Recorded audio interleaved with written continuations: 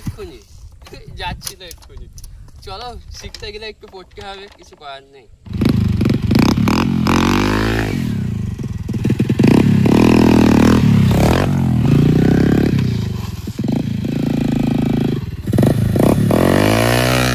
দর্শক কথা জড়ো হয়ে গিয়েছে দেখতে পাচ্ছ গাইস, হুইলি দেখতে গিয়ে। তো চলিয়ে শুরু করতে হ্যাঁ। আসসালামু আলাইকুম গাইস, সবাই কেমন আছো? তো নতুন করে আবার একটা নতুন ভিডিও নিয়ে চলে এসেছি। তো আজকে ব্লগটা স্টার্ট করছি বাড়ি থেকে। আর আজকে ব্লগটা হবে আমাদের কিংকে নিয়ে। কিং এখানে দাঁড় করে রেখে দিয়েছি, আর ভাই প্রচুর নোংরা হয়ে পড়ে আছে। এইসব জায়গায় কাদায় কাদা জং পড়ে গিয়েছে।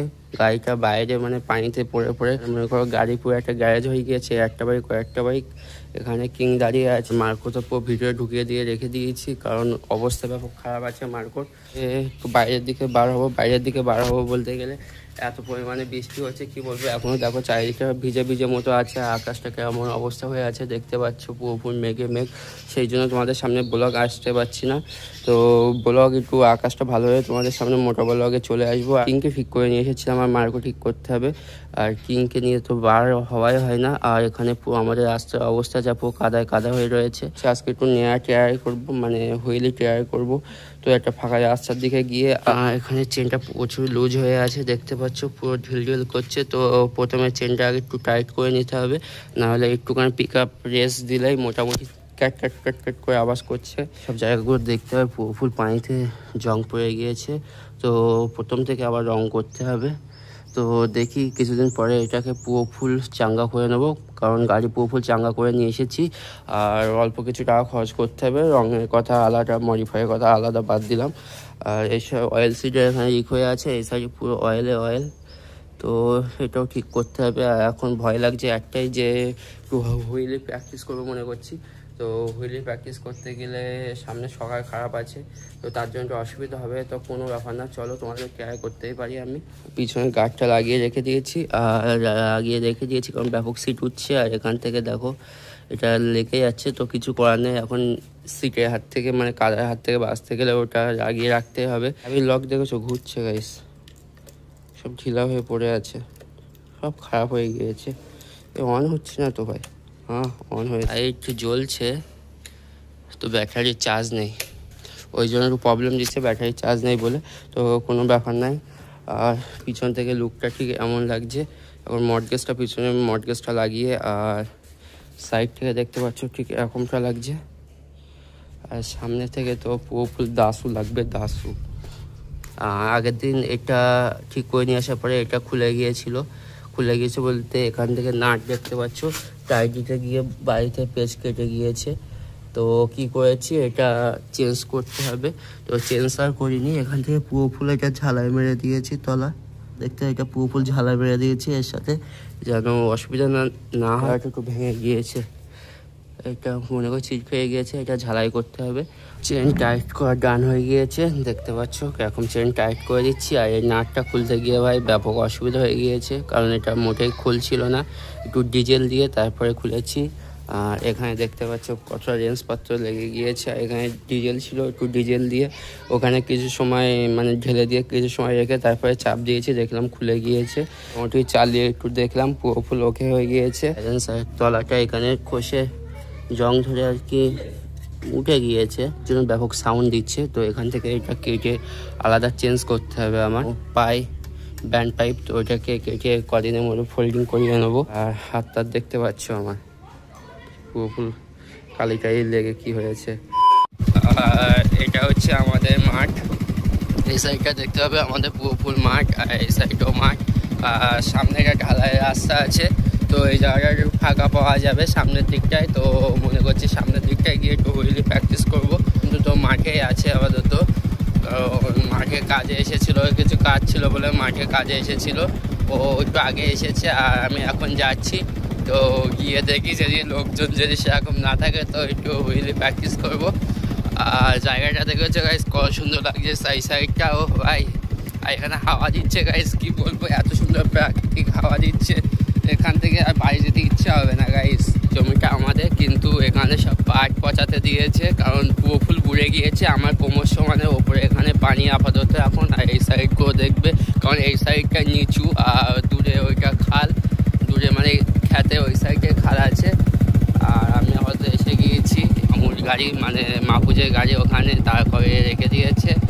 মাহফুজ ওই দূরে দেখো কাজ করছে, গাড়ি এখানে আর ও কাজ করছে ওখানে। গাইস এই কি তুলছিস বে? ঝাল তুলছে। আর আমি এখন এসে গিয়েছি পুরো মাঠে, পুরো ফাঁকা জায়গা এখন দেখতে পাচ্ছ গাইস, পুরো সাইডটা ফাঁকাই আছে আপাতত।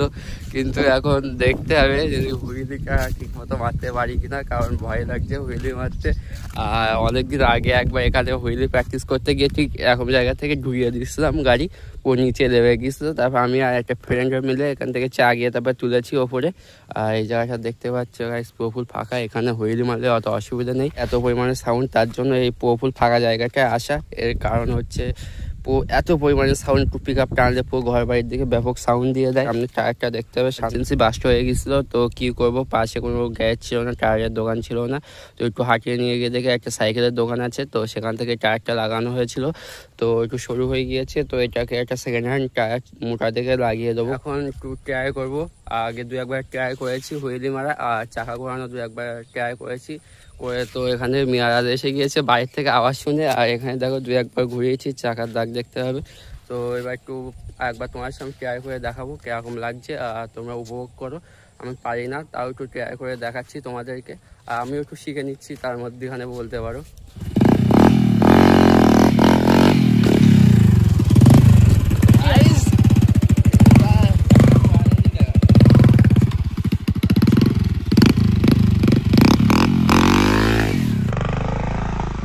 गान फट गया।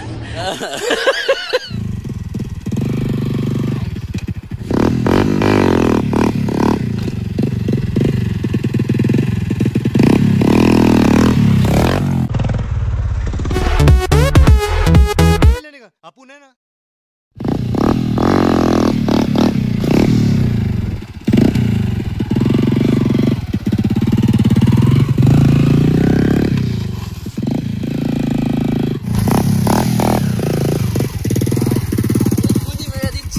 এক্ষুনি যাচ্ছিল, এক্ষুনি চলো, শিখতে গেলে একটু পড়তে হবে, কিছু করার নেই।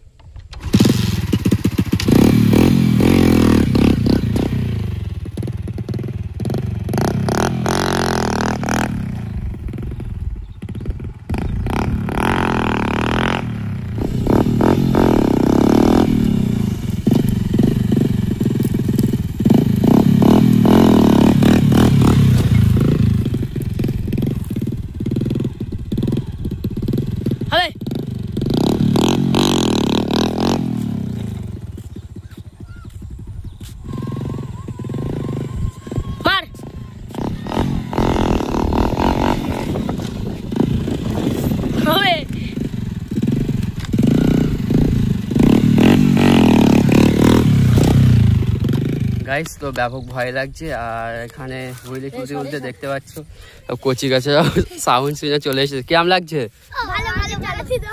তুমি চালাবা? তুমি পারবা না চালাতে? তুমি পারো? আচ্ছা একবার ট্রাই করে তোমার দেখাবো। আরে আমি বলতে ভাই এসে গিয়েছে গাইস, এখানে প্র্যাকটিস করছি। আর এখানে দেখতে পাচ্ছ এরা দোস্তরা রিয়াকশন দেখতে চলে এসেছে গাইস। আর দেখি আর দু একবার প্র্যাকটিস করে দেখি কিরকম লাগে গাইস, কারণ ভয় লাগছে ব্যাপক আমার।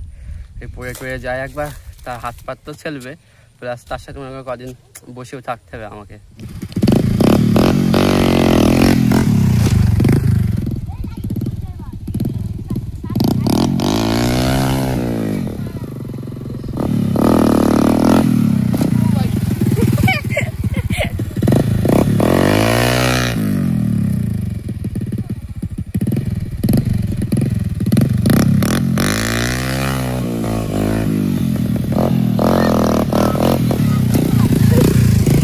গাইস তো দেখতে পাচ্ছ এখানে কথা দর্শক জড়ো হয়ে গেছে। তো কচি কচি ফ্যানেরা পিছনে দাঁড় করে মানে দাঁড়িয়ে আছে। আর এখানে ভাই গাড়ি রিয়াকশন নিচ্ছিল।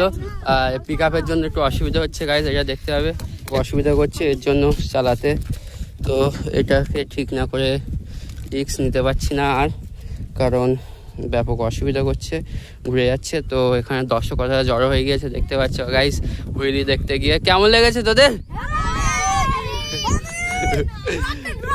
আচ্ছা ঠিক আছে, তো রিয়াকশন দেখতে পাচ্ছে গাইস। তো ব্লগটা এখানে এন্ড করে দিচ্ছি। আর ব্লগটা কেমন লেগেছে অবশ্যই কমেন্টে জানাবে। আর যারা নতুন ভিডিও দেখছে অবশ্যই সাবস্ক্রাইব করে দেবে চ্যানেলটাকে। আর নতুন নতুন ভিডিও দেখতে গেলে বেল আইকনটা অন করে দেবে। তো বাই, এখানে অফ করে দিচ্ছি ক্যামেরা। আবার দেখা হচ্ছে তোমাদের সামনে ব্লগে। তো খোদা হাফেজ।